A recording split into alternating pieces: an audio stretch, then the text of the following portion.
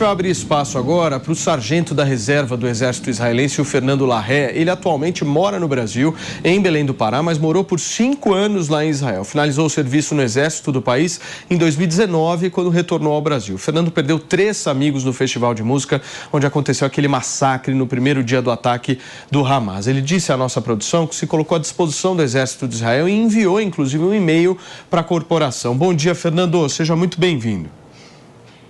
Bom dia, Paulo. Eu que agradeço aqui a oportunidade da gente estar esclarecendo mais ainda para as pessoas o que vem acontecendo ali entre Israel e Hamas. Fernando, eu queria entender um pouco dessa tua história, cara. Explica um pouco para a gente. Então, quando eu finalizei a escola, eu fui a Israel estudar e ia para a faculdade, e quando eu tomei conta de que eu era o único na turma que não teria servido ao exército israelense, né? Já sendo um israelense. Eu sou judeu, isso me dá a oportunidade de eu me tornar israelense, já está no DNA, vamos dizer assim, e desde aí eu já tinha 22 anos, eu me voluntariei ao exército, por onde eu servi por 2 anos numa unidade de combate. Muito bem. Maninho, por favor. Como que você tem visto essa expectativa para a operação terrestre de Israel? Porque a gente tem acompanhado com muita apreensão e desde o início dizendo que Israel tem 2 dilemas nessa guerra. O primeiro... Mano, olha só, mais explosões acabam de acontecer, hein? Ali na região da faixa de Gaza, região onde Israel pediu, inclusive, a evacuação das pessoas. Nós vemos aí uma explosão de grande dimensão acontecendo nesse exato momento. São 11h31 na manhã desta segunda-feira. A cobertura aqui da guerra na Jovem Pan continua de forma muito intensa, porque também continuam intensos os ataques ali. A gente está vendo imagens ao vivo do que acaba de acontecer, mais uma explosão sendo registrada nessa região, que é a região mais crítica que o próprio Exército e a Força de Inteligência de Israel havia programado, planejado e prometido que essa resposta seria nessa intensidade. Mano. Eu estava dizendo que Israel tem 2 grandes dilemas nessa operação militar. O primeiro é a preservação da vida dos reféns, que precisam ser recuperados. E segundo, a preservação do máximo possível de vidas dos civis que estão naquele território. Como que você avalia a preparação para a ocupação terrestre, dado esses 2 dilemas de preservação dos reféns e da vida de civis? Então, esse está sendo o principal ponto a ser discutido, não só internacionalmente falando, mas por conta de familiares israelenses, onde estão tendo ali seus filhos, seus netos, suas crianças que foram sequestradas para dentro da faixa de Gaza. E isso é um trabalho que Israel está fazendo agora, nesse momento, justamente para iniciar um trabalho terrestre. O que eu digo? Esse primeiro trabalho que está sendo feito. Justamente que nós estamos vendo agora ao vivo aqui as explosões que estão acontecendo nesse exato momento na faixa de Gaza. Israel precisa, nesse momento, fazer uma limpeza, como eu poderia dizer, em alvos específicos do Hamas. Às vezes a gente acaba acreditando que Israel está atacando esses prédios, estão explodindo esses prédios somente para explodir. Não, não é isso. Dentro desses prédios existem explosivos, existem soldados, eu vou dizer, terroristas do Hamas.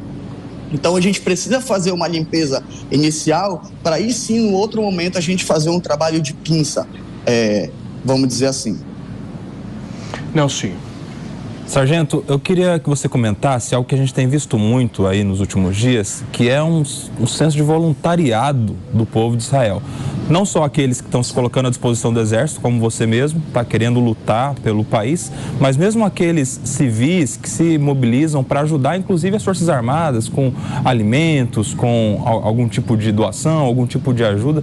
Comenta isso pra gente, como isso é tão presente na comunidade, nessa coisa do voluntariado, da ajuda, até do patriotismo, enfim. Então, Nelson, muito bom tocar nesse ponto. Eu acredito, eu tenho certeza, na verdade, que esse é um dos grandes pontos que diferencia o povo de Israel, o povo judeu. É um povo realmente muito unido. Apesar de eu ser judeu, mas antes disso, eu digo, antes de eu me tornar israelense, eu sou nascido no Brasil, eu vivi outra cultura, eu falo o português, o meu idioma principal, mais especificamente nascido aqui em Belém do Pará. E quando eu mudei para Israel, eu vi uma diferença muito grande nesse quesito. Por eu ter feito, me voluntariado, por exemplo, ao exército israelense, onde a minha família estava no Brasil e estava ali sozinho, o recebimento que eu tive com israelenses, as pessoas que já estavam ali pelo fato de eu ser um voluntário dentro do exército israelense, era algo que eu nunca tinha visto na minha vida. Agora imagina só, principalmente nesse momento que a gente é um momento que necessita muito de união do povo judeu. A gente sabe, por exemplo, que Israel estava passando por uma crise política, né? Assim como tem acontecido no mundo todo, essa questão de direita e esquerda. O povo israelense precisou deixar essa briga um pouco de lado para todo mundo se unir e lutar por Israel. Eu não sou o único, tá, que estou aqui no Brasil, onde enviei um e-mail para o setor da reserva do Exército, me colocando à disposição para lutar por Israel, mas ainda assim não basta só ter a nossa vontade, né? O Exército, ele não vai simplesmente pegar uma pessoa que queira se voluntariar e colocar ali no meio da guerra, não é isso. Existem critérios a serem cumpridos, existem, eu posso dizer assim, que níveis. Por exemplo, eu estou no 3º ano da reserva do Exército, desde quando eu entrei na reserva, no final de 2019. Eles estão dando prioridade nesse momento para aquelas pessoas que estavam até um ano dentro da reserva, ou seja, que estavam mais ativos, vamos dizer assim. Eu não tinha enviado uma carta antes porque eu acreditava que eu ia ser chamado logo, mas eu vi que não, e aí entendi com outros parceiros, né, que estão aqui no Brasil, que estão nos Estados Unidos, Venezuela, Canadá, enfim, Europa, de uma forma geral, que acho que o Fernando só até um ano... Voltou, Fernando, a sua conexão que falhou.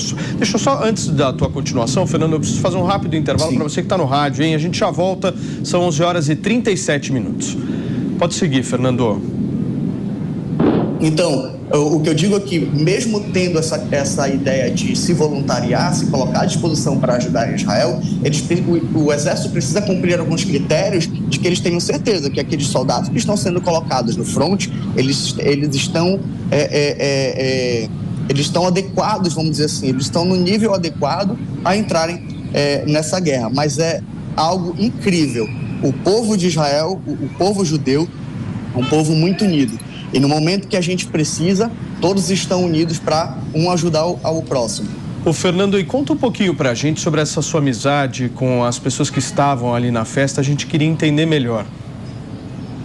Então, no meu tempo de serviço militar e o tempo que eu estive em Israel, vamos dizer assim, 2 dos meus amigos que eu perdi são brasileiros, né? Como a gente conversou aí algumas vezes, a Bruna, o Hanani, eu conhecia eles em Israel.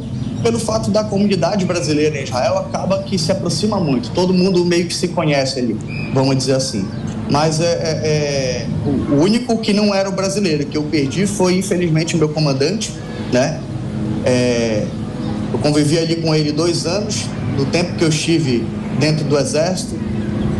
Eu vou dizer assim que eu estou quebrado por dentro ainda por essas perdas, mas o que me faz estar aqui falando para as pessoas, externando tudo que eu vejo que é importante as pessoas saberem, é justamente a importância das pessoas terem fontes de informações de pessoas que estiveram ali, que vivenciaram aquilo de fato. Olha aí, gente, enquanto você está falando, Fernando, eu não sei se você está ouvindo esse som, esse barulho, são imagens ao vivo aqui na tela direita de novas explosões que estão acontecendo ali na região da faixa de Gaza. Ao longo dessa manhã a gente já viu várias explosões de altíssima intensidade e elas continuam enquanto o Fernando estava explicando aí a posição dele em relação aos amigos que infelizmente não estão mais aqui com a gente. Por favor, Fernando. Essas explosões aí a gente vai ver bastante, né? Isso vai levar muito tempo até isso realmente parar. O tempo que o Hamas se fortaleceu, infelizmente Israel acabou permitindo isso durante muito tempo. Então eles se fortaleceram muito. Eu não quero entrar no quesito aqui de outros países, mas a gente sabe que o Irã é um dos fortes financiadores de tudo que vem acontecendo ali por parte do Hamas. Uma das coisas que eu gostaria de colocar aqui é que aquelas pessoas que apoiam a Palestina, isso é um apoio legítimo, tá? As pessoas têm elas precisam ter liberdade de apoiar quem elas quiserem. Porém, se elas estão apoiando o povo palestino, elas não têm como apoiar o Hamas. Porque o Hamas não é o povo palestino, não é a vontade da maioria do povo palestino. Infelizmente, o Hamas, ele é um grupo terrorista que controla a faixa de Gaza, que oprime seus civis, e ele não dá oportunidade de seus civis se colocarem como oposição a eles. Os civis que se colocarem em oposição ao Hamas, eles podem ter a vida ceifada também, independentemente se são palestinos ou não. Então, o recado que eu digo aqui para as pessoas que apoiam a Palestina, que se preocupam com a vida de inocentes, com certeza, assim como devem também se preocupar com a vida dos israelenses, o Hamas, ele coloca a vida dos israelenses e dos civis palestinos em risco. É uma tristeza. Nenhum dos dois povos querem viver num cenário de guerra. Ninguém quer ver seus filhos nascerem no cenário de guerra, nem o povo israelense, nem o povo palestino. Então, aquelas pessoas que apoiam a Palestina, fiquem à vontade para continuarem apoiando a Palestina, continuarem apoiando a vida, mas a gente tem que ser bem claro aqui que o Hamas, ele é um grupo terrorista que faz esses dois povos sofrerem. Sim, agora, Fernando, a gente deu recentemente no programa hoje, há poucos minutos, a informação de que o Exército de Israel está convocando, inclusive, alguns jornalistas para mostrar imagens dos ataques do 7 de outubro que o Hamas promoveu ali naquela festa. Enfim, eles conseguiram captar algumas imagens de câmeras corporais, enfim. A gente percebe nitidamente aí uma força-tarefa por parte de Israel nessa guerra midiática que é necessária. A pergunta que eu te faço é muito simples. Você acha que Israel, de alguma forma, está ganhando essa batalha midiática ou não? Só antes da sua resposta, eu vou receber quem nos acompanha pelo rádio. São 11h42. Para você que sintonizou agora na programação da Jovem Pan, a gente está conversando aqui com o Fernando Larré, ele que mora aqui em Belém do Pará, no Brasil, mas já morou 5 anos em Israel. E eu estava fazendo uma pergunta para ele, até para um sargento da reserva do Exército, Fernando, se ele acha que Israel está ganhando essa guerra midiática. Fernando, a palavra é sua. Então, Paulo, eu vejo assim, Israel sempre esteve numa guerra, que é a guerra das falsas narrativas, né?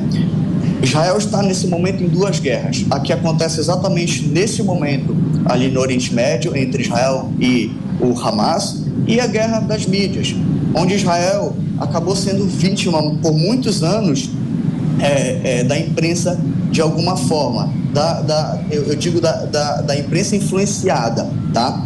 Nesse momento eu tenho visto o trabalho que é um trabalho muito responsável da imprensa brasileira, de estarem justamente trazendo pessoas que estiveram ali no meio daquele conflito para estarem aqui falando, assim como eu. Mas eu acredito que é o seguinte, dessa vez, eu acredito que sim, o mundo está vendo de forma mais clara o que está acontecendo ali. A barbaridade que aconteceu ali por parte do Hamas, por um ódio gratuito. É uma briga religiosa, mas nada justifica, eu acredito que nada justifica a atrocidade que eles fizeram aí. Então, eu posso dizer que nesse momento, com as redes sociais, com as mídias sociais, com a liberdade de imprensa, a gente está vendo o que de fato Israel sofre durante muito, muito tempo ali naquela região. Pepe, por favor. Fernando, bom dia. Primeiramente, parabéns aí pela sua coragem em se disponibilizar para atuar nessa guerra. O que eu queria entender é o seguinte, não é? Você tem noção, se você fosse ali para Israel participar do exército israelense, qual papel seria o teu? Combatente, fronte? Porque é muito segmentado, né, a Força de Defesa de Israel, né?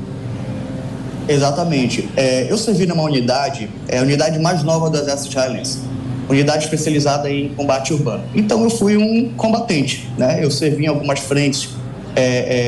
Graças a Deus não precisei me envolver em alguma guerra, não houve guerra exatamente como essa no meu tempo de serviço militar, que foi do final de 2017 até o final de 2019, eu não sei exatamente qual o meu papel ali, Paulo, mas eu acredito que algo relacionado à questão de próprio combate, né? Apesar de que eu sei que atualmente a situação ela é mais tranquila em Israel, eu digo que Israel já tomou as rédeas, vamos dizer assim, já está sob o controle de Israel, eu acredito que se eu fosse chamado, provavelmente eu estaria atuando em alguma frente ali de combate. Mas caso eu não fosse, eu estaria à disposição para qualquer tipo de ajuda que eu pudesse dar. Não só eu, como um soldado israelense voluntário, eu me voluntariei ao Exército de Israel, ao meu país, a servir de alguma forma, a fazer ter o meu papel na minha vida em relação aos meus antepassados, né? Às minhas próximas gerações, vamos dizer assim, eu estou à disposição para atuar da forma que Israel necessitaria nesse momento. Muito bem. Maninho pediu? Fernando, com a guerra, a gente tem visto um aumento significativo do número de episódios tanto de islamofobia como de antissemitismo, no mundo e no Brasil também. Eu queria te perguntar se você tem observado isso, se você já foi vítima de antissemitismo, como que você observa essa situação de intolerância aqui no Brasil? Então, quando acontece algo como o que aconteceu agora no dia 7, né, acabam que esses ataques, o problema atual, ele acaba manifestando esse mesmo sentimento em grupos espalhados pelo mundo. A gente já viu aí alguns ataques que aconteceram na Europa. Então, existem pessoas, vamos dizer assim, vamos entender como uma ideologia seguida pelo Hamas. Eles acabam contaminando outras pessoas pelo mundo, só que essas pessoas não podem se manifestar do zero. Elas precisam de alguém para dar início àquilo ali, né? É o que acontece normalmente em Israel. Não falando somente desse episódio, mas episódios anteriores, por exemplo, em que israelenses sofriam ataques de faca, ataque terrorista de faca, por exemplo. Outros ataques de faca aconteciam em diferentes locais do país. Então, vamos dizer que eles precisam... O problema, no momento que um problema se inicia, dependendo da intensidade dele, acaba manifestando essa mesma vontade, essa mesma ideologia em outras pessoas espalhadas pelo mundo. Com certeza, eu acredito que não existe um judeu que nunca sofreu um antissemitismo, que nunca sofreu ameaças ou algumas palavras. Eu já sofri, estou acostumado com isso. A gente tem que saber levar e saber identificar quando se trata de um perigo ou não.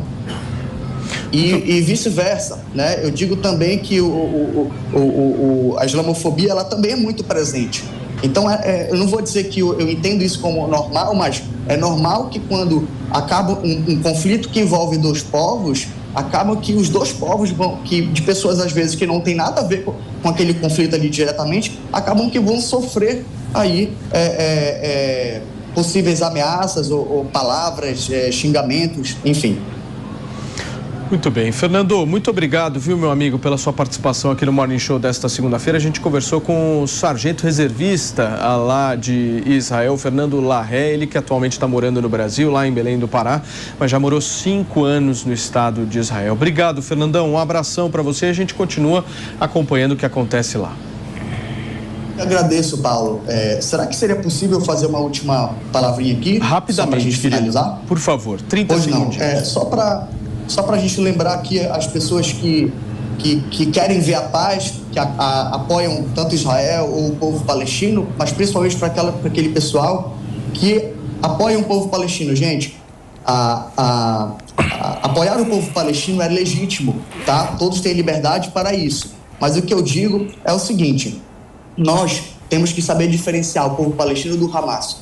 Apoiar o povo palestino e apoiar o Hamas não combina, porque a maioria do povo palestino não apoia o Hamas. O Hamas ocupa a faixa de Gaza, controla aquele espaço, oprime seus civis e os civis israelenses também. Então não combina a gente apoiar o povo palestino apoiando o Hamas. O Hamas não faz parte disso, e não é dessa forma, não é apoiando o Hamas que a gente vai conseguir encontrar uma saída para a paz entre os dois povos. É isso aí. Até a próxima. Eu agradeço a oportunidade. Obrigado, Fernando. Um abração para você.